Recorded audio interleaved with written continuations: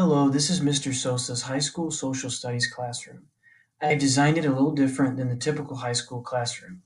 I've used tables and chairs in the middle of the room instead of traditional desks for several reasons. The first is because when I teach, I want to be able to move around the room and to walk in the aisleways, and I want students to be able to look at me from different angles depending on where I'm standing.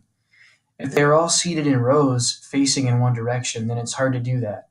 Another reason I use tables is because I would prefer my students to work in groups frequently so that they can always feel included in what is being taught.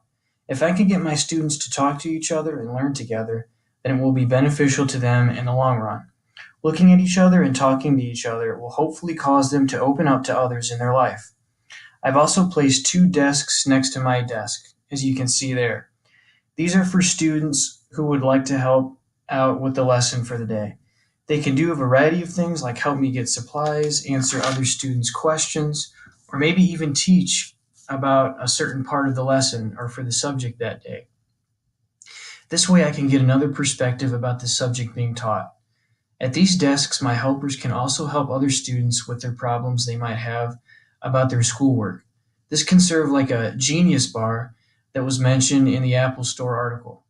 At the bottom right hand corner of the map, I have set up a small reading area for students. Since I'll be teaching social studies, I thought this would be very appropriate because subjects like history and government require a lot of reading, and if students can have a comfortable reading environment, it might make all the difference in motivating them to read.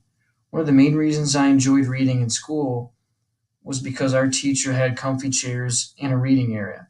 That helped me, and I know it will help my students. I will also have a variety of social studies books placed in these bookshelves so that they can learn more than just from the textbook.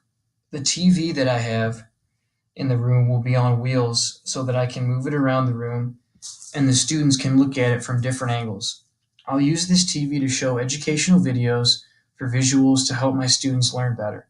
I'll also use this TV to show my notes and also use it for educational games like Kahoot. A row of computers has also been placed at the left side of the room so students don't have to go to the computer lab or worry about having a laptop or computer at home. They can complete all their online work right here in the classroom.